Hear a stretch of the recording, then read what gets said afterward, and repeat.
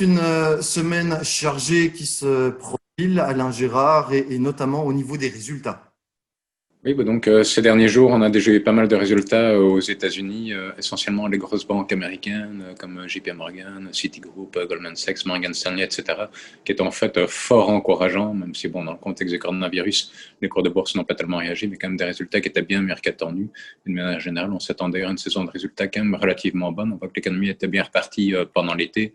Bon, évidemment, la perspective reste un point d'interrogation avec la crise du coronavirus, mais tout de même des résultats qui étaient assez bien rassurants. Et donc, dans la lignée des résultats qu'on a déjà eus du côté des banques américaines, on attend dans d'autres secteurs, notamment quelques gros résultats dans les technologiques, par exemple, comme Netflix, Intel, Amazon, Tesla. On attend aussi dans d'autres secteurs, Procter & Gamble, Coca-Cola, Abbott. Donc, de plus en plus de résultats qui vont sortir et on rentre vraiment dans le vif du sujet au niveau de la saison de résultats. On devrait également reparler des banques centrales. Il y a plusieurs rendez-vous qui sont prévus à ce niveau-là.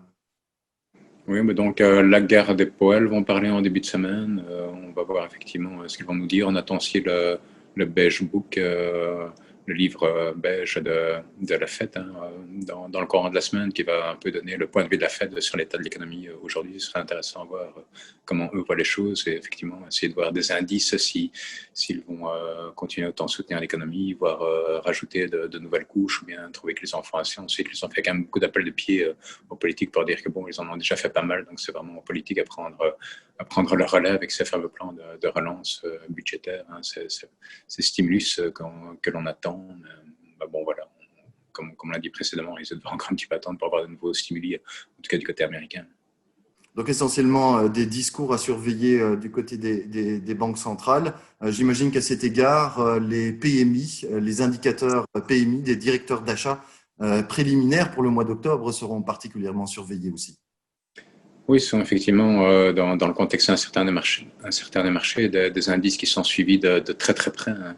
On avait vu que récemment, justement, ces fameux PMI, en tout cas du côté des services, avaient tendance à un peu plafonner, ce qui avait jeté déjà un petit coup de froid ces dernières semaines sur le marché, alors que les indices manufacturiers, donc plutôt industriels, continuent à se reprendre, ce qui était plutôt bon pour bien sûr les secteurs manufacturiers, industriels, des matériaux, etc.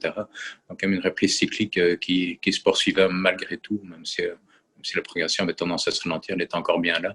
Donc, ce serait effectivement intéressant de noter si vraiment, avec malheureusement la résurgence du Covid, si les PMI battent aussi maintenant de l'aile ou bien s'ils parviennent quand même à rester relativement soutenus. C'est un indicateur qui sera assez important pour l'économie et bien sûr pour les bourses en général. On peut s'attendre justement que les marchés réagissent assez fortement à ce type d'indicateur.